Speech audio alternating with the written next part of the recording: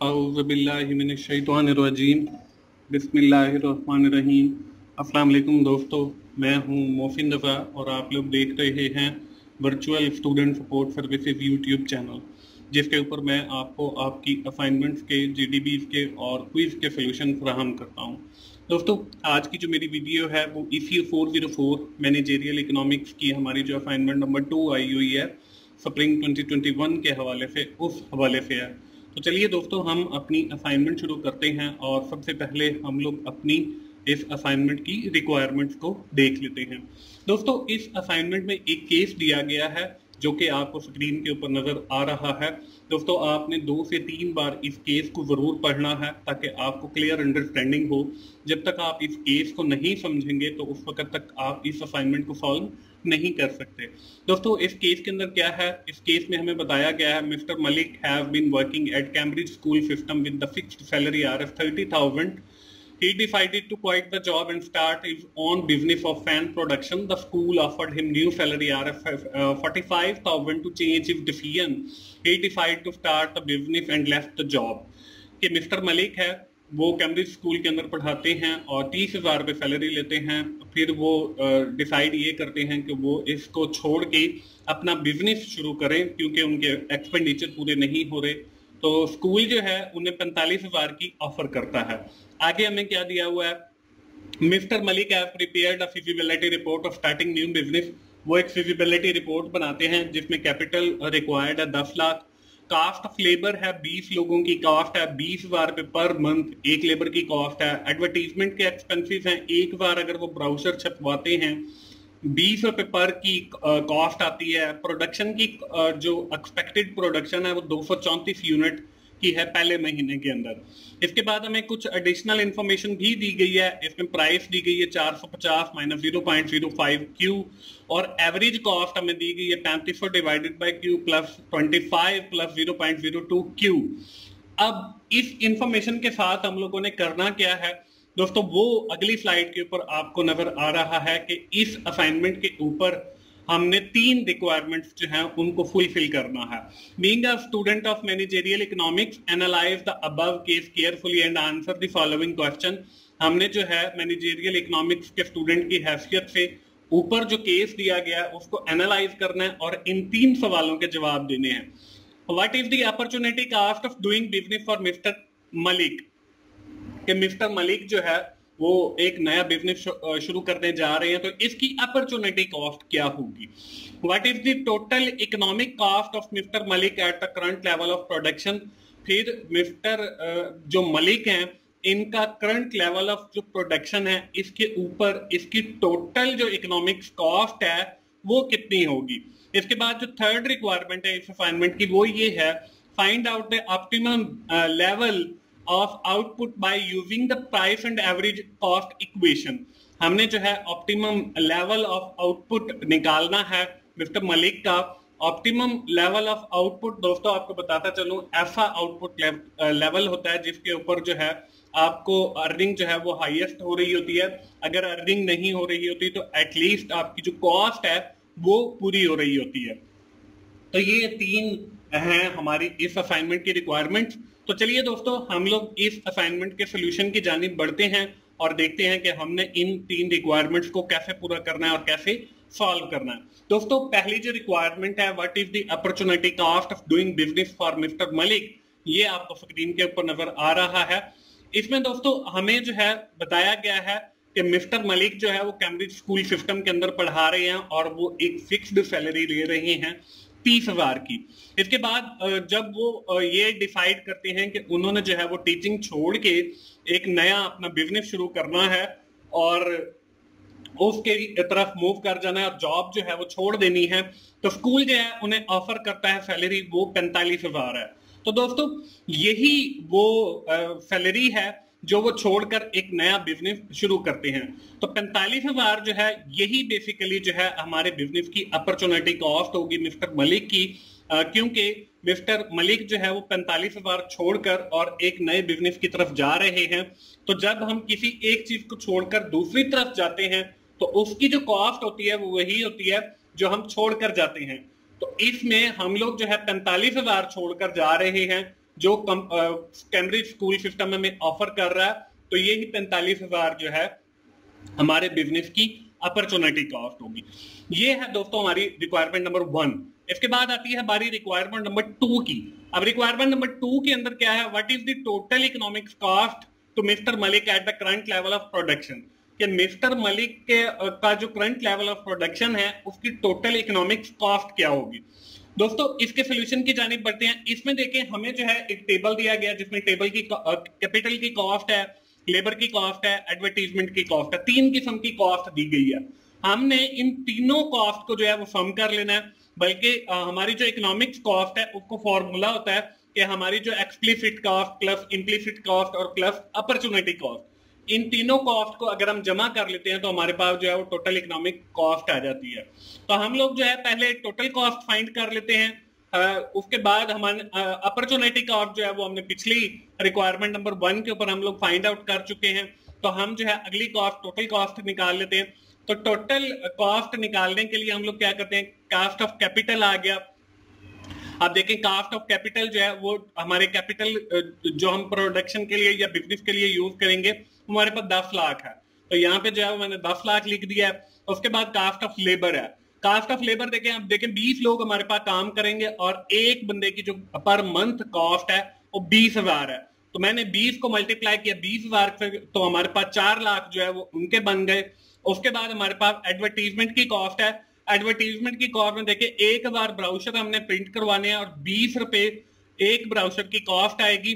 तो 1,000 और उसको मल्टीप्लाई किया 20 के साथ, तो हमारे पास 20,000 जो है वो कॉस्ट ऑफ एडवर्टीजमेंट आ गया। अब देखिए हमारे पास तीनों कॉस्ट आ गई है। कास्ट ऑफ कैपिटल भी आ गई है जो कि 10 लाख है, कास्ट ऑफ लेबर भी आ गई है जो कि 4 लाख है, और कास्ट ऑफ एडवर्टीजमेंट आ गई है जो कि 20,000 है। अब हम इन तीनों कॉस्ट को जो है वो जमा कर लेते हैं तो हमारे पास 14,20,000 बन जाता है। अब हमने टोटल इकोनॉमिक कॉस्ट निकालनी है, तो वो मैं आपको फॉर्मूला पहले भी बता चुका हूं, ऊपर भी लिखा हुआ आपको नजर आ रहा है, total explicit cost, implicit cost और प्लस अपॉर्चुनिटी कॉस्ट। तो हमारी जो इम्प्लिसिट और एक्सप्लिसिट टोटल कॉस्ट आई है वो हमारे पास 14,20,000 आई है। तो हम क्या करेंगे, इस वैल्यू को पुट करेंगे फॉर्मूला के अंदर, 14,20,000 जमा अपॉर्चुनिटी कॉस्ट जो कि हमारे पास 45,000 है, तो 14,20,000 और जमा 45,000, तो ये हमारे पास 14,65,000 जो है ये हमारी टोटल इकोनॉमिक कॉस्ट आ जाएगी। और इस तरीके से हमारी जो रिक्वायरमेंट नंबर 2 है वो भी कंप्लीट हो जाती है। इसके साथ ही दोस्तों आपको बताता चलूं कि मेरे और YouTube चैनल्स भी हैं जिसमें 24/7 टीचर्स ऑनलाइन है, जिसके ऊपर मेरे लेक्चर्स अवेलेबल हैं, आप उनसे फायदा उठा सकते हैं। इसके साथ ही मेरा एक और YouTube चैनल जिसका नाम की टू सक्सेस है, उससे आप इम्तिहान की बहुत अच्छी तैयारी कर सकते हैं कम वक्त में।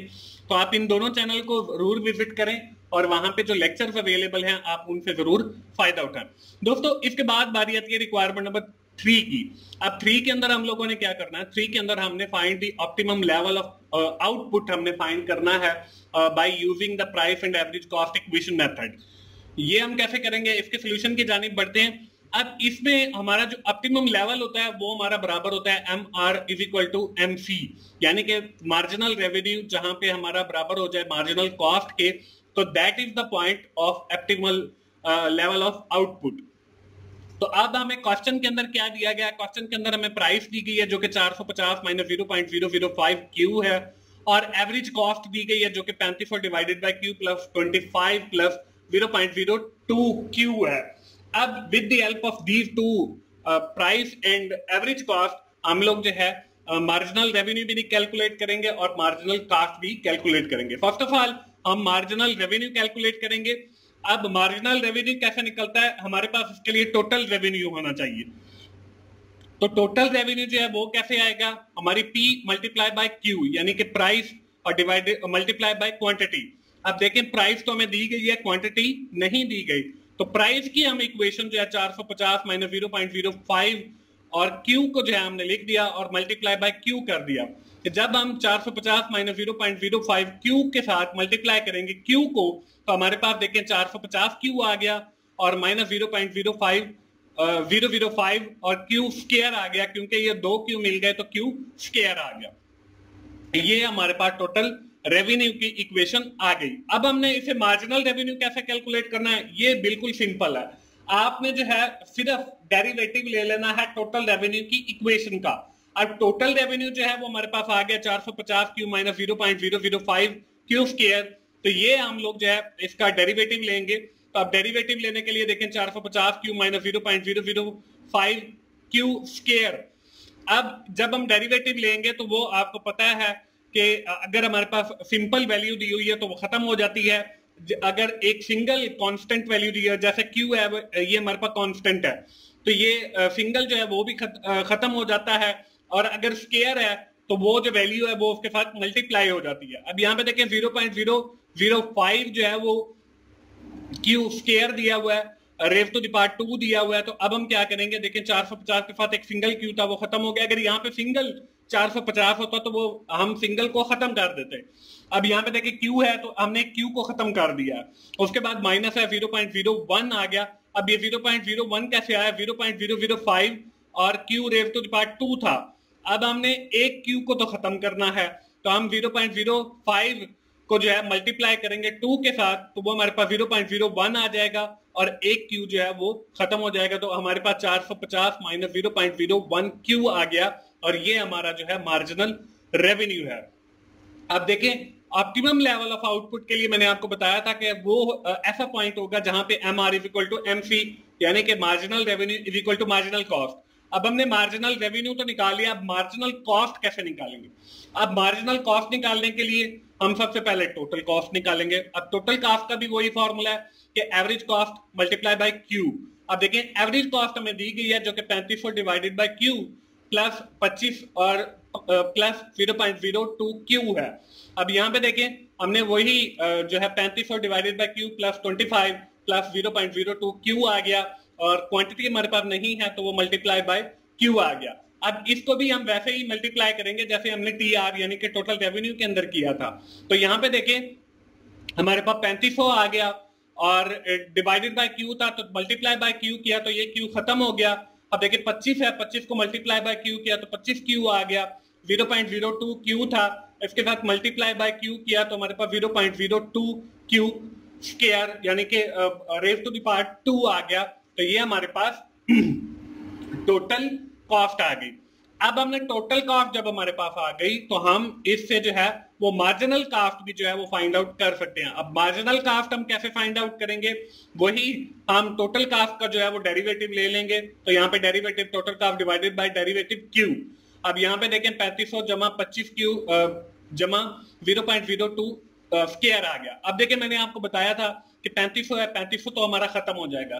25 के साथ एक क्यू है तो वो एक क्यू खत्म हो जाएगा। अब यहाँ पे देखिए 0.02 और Q raise to the power 2 है तो हम 0.02 को मल्टीप्लाई बाय करेंगे 2 के साथ तो हमारे पास जवाब जो है वो 0.04 आ गया और क्यू एक खत्म होके एक क्यू रह गया। तो ये हमने डेरिवेटिव ले लिया। तो हमारे पास जो मार्जिनल कॉस्ट है वो 25 जमा 0.04 क्यू आ गया। तो ये देखें अब हमारे पास मार्जिनल रेवेन्यू जो कि 450 माइनस 0.01 क्यू है और मार्जिनल कॉस्ट जो कि हमारे पास 25 जमा 0.04 क्यू है, ये दोनों आ गई हैं।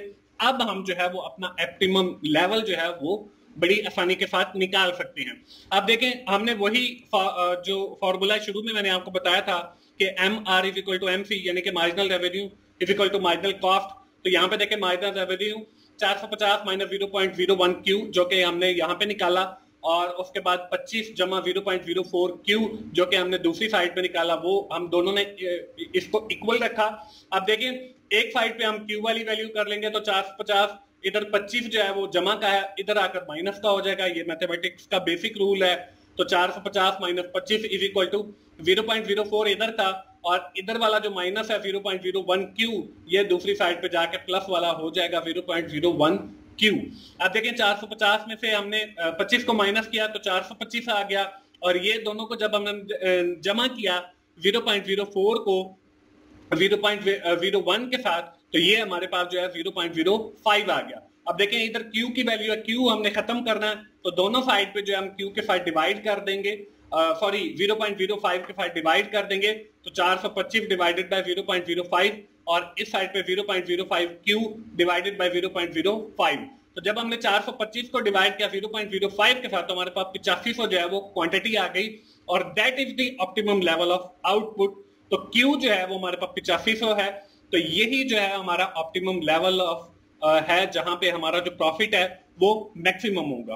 तो दोस्तों इस तरीके से हमारी जो असाइनमेंट है इश्यू 404 मैनेजरियल इकोनॉमिक्स की वो सॉल्व हो जाती है। उम्मीद है आपको आइडिया मिल गया होगा। अगर कहीं पर कोई प्लस माइनस की गलती है तो दोस्तों आप लोग उसे अपने एंड पे जरूर ठीक कर लीजिएगा। दोस्तों हम जो है असाइनमेंट्स बनाते भी हैं, अगर किसी दोस्त के पास टाइम नहीं है, वो असाइनमेंट नहीं बना सकता, तो डिस्क्रिप्शन में मेरा व्हाट्सएप का नंबर दिया गया है, वो मेरे साथ कांटेक्ट कर सकता है। इंशाल्लाह जो है हम लोग उसे असाइनमेंट बना के देंगे और हमारे जो चार्जेस हैं वो हम उनसे लेंगे। दोस्तों आखिर में मैं फिर यही कहूंगा कि आप 24/7 टीचर्स ऑनलाइन जो कि www.youtube.com/teachersonline4you जिसका URL है, इस चैनल को जरूर विजिट करें। इसमें मेरे बहुत सारे सब्जेक्ट्स के लेक्चर भी मौजूद हैं, इकोनॉमिक्स के भी कुछ लेक्चर मौजूद हैं, आप उनसे जरूर फायदा उठाएं। दोस्तों मिलते हैं अगली किसी असाइनमेंट सोल्यूशन के साथ या JDB सोल्यूशन के साथ। उस वक्त तक के लिए अल्लाह हाफिज।